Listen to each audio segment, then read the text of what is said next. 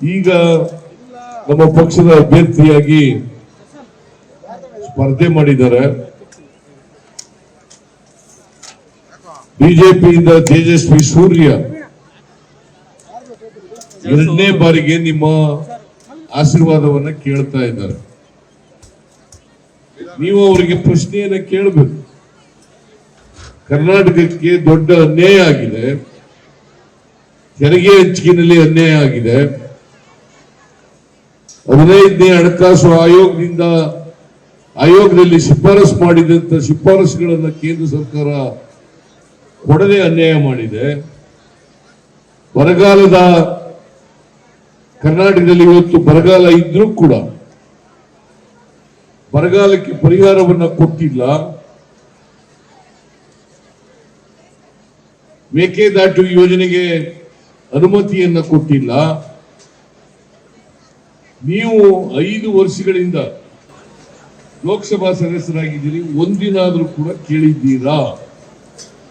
ಈ ಪ್ರಶ್ನೆಯನ್ನ ನೀವು ಕೇಳಬೇಕು. ಯಾವತ್ತಾರು ಒಂದಿನ ಪ್ರಶ್ನೆ ಕೇಳಿದಾರ?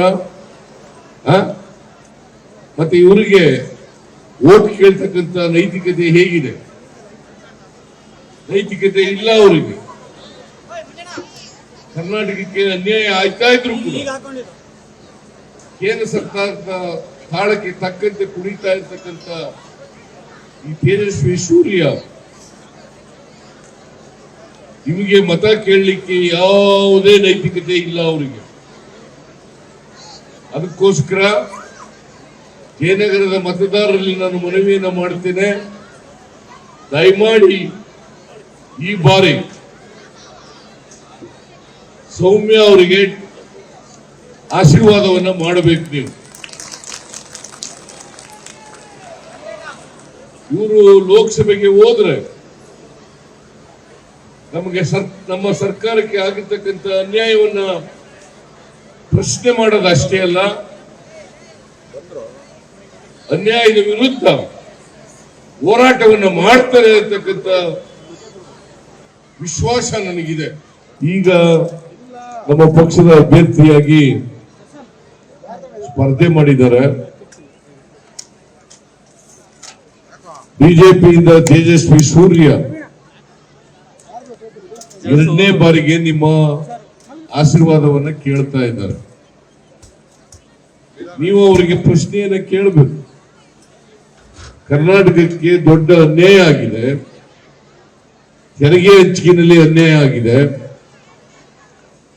15ನೇ ಹಣಕಾಸು ಆಯೋಗದಲ್ಲಿ ಶಿಫಾರಸು ಮಾಡಿದಂತ ಶಿಫಾರಸುಗಳನ್ನು ಕೇಂದ್ರ ಸರ್ಕಾರ ಕೊಡದೆ ಅನ್ಯಾಯ ಮಾಡಿದೆ. ಬರಗಾಲದ ಕರ್ನಾಟಕದಲ್ಲಿ ಇವತ್ತು ಬರಗಾಲ ಇದ್ರೂ ಕೂಡ ಬರಗಾಲಕ್ಕೆ ಪರಿಹಾರವನ್ನ ಕೊಟ್ಟಿಲ್ಲ. ಮೇಕೆದಾಟು ಯೋಜನೆಗೆ ಅನುಮತಿಯನ್ನ ಕೊಟ್ಟಿಲ್ಲ. ನೀವು 5 ವರ್ಷಗಳಿಂದ ಲೋಕಸಭಾ ಸದಸ್ಯರಾಗಿದ್ದೀರಿ, ಒಂದಿನಾದ್ರೂ ಕೂಡ ಕೇಳಿದ್ದೀರಾ? ಈ ಪ್ರಶ್ನೆಯನ್ನ ನೀವು ಕೇಳಬೇಕು. ಯಾವತ್ತಾರು ಒಂದಿನ ಪ್ರಶ್ನೆ ಕೇಳಿದಾರ?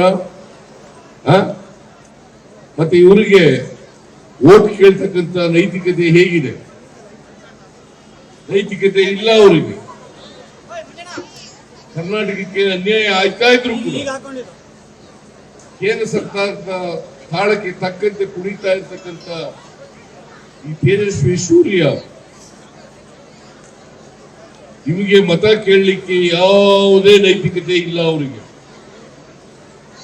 ಅದಕ್ಕೋಸ್ಕರ ಜಯನಗರದ ಮತದಾರರಲ್ಲಿ ನಾನು ಮನವಿಯನ್ನ ಮಾಡ್ತೇನೆ, ದಯಮಾಡಿ ಈ ಬಾರಿ ಸೌಮ್ಯ ಅವರಿಗೆ ಆಶೀರ್ವಾದವನ್ನ ಮಾಡಬೇಕು. ನೀವು ಇವರು ಲೋಕಸಭೆಗೆ ಹೋದ್ರೆ